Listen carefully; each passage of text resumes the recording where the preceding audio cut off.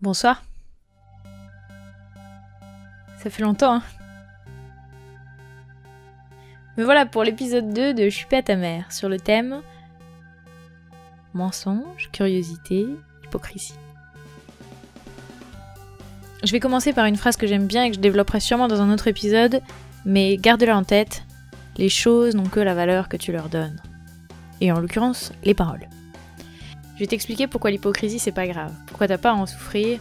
Avec un peu d'entraînement dans ton monde, elle existera même plus. Je vais t'expliquer comment moi je fais. Puis après, on en parle dans les commentaires. Je pars tout simplement du principe que les gens me disent la vérité. Ça paraît con, non? Mais faut le combiner à une deuxième chose. J'évite de poser des questions.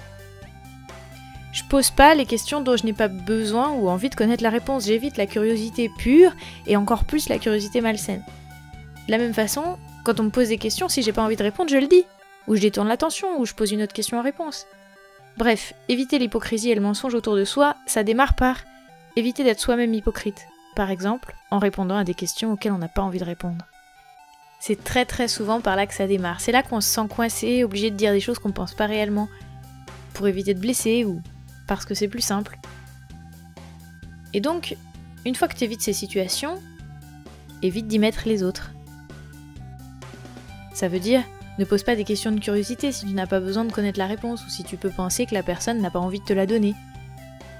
Ça veut dire, quand on te dit quelque chose, pars du principe que c'est la vérité.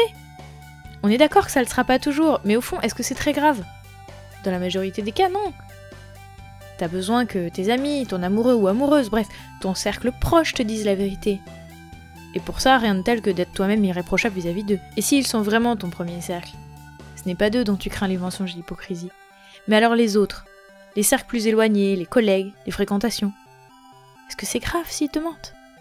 Est-ce que t'as besoin de savoir quand ils te mentent? La plupart du temps, non. Ça finit par se savoir quand on est quelqu'un de peu curieux et qui fait confiance par défaut. Et après, rien n'empêche, si tu penses devoir remettre en doute la parole de quelqu'un, de tout simplement ne pas en tenir compte. N'en tire aucune conclusion, ne prends aucune décision basée sur ses propos et classe la personne source dans ta case fiabilité à revoir dans ta tête. Le mensonge ou l'hypocrisie n'aura ainsi que peu d'impact sur ta vie, tu n'auras plus aucune raison de mal le vivre. Enfin, pour moi, c'est comme ça que je fais. Mais bon, je suis pas ta mère.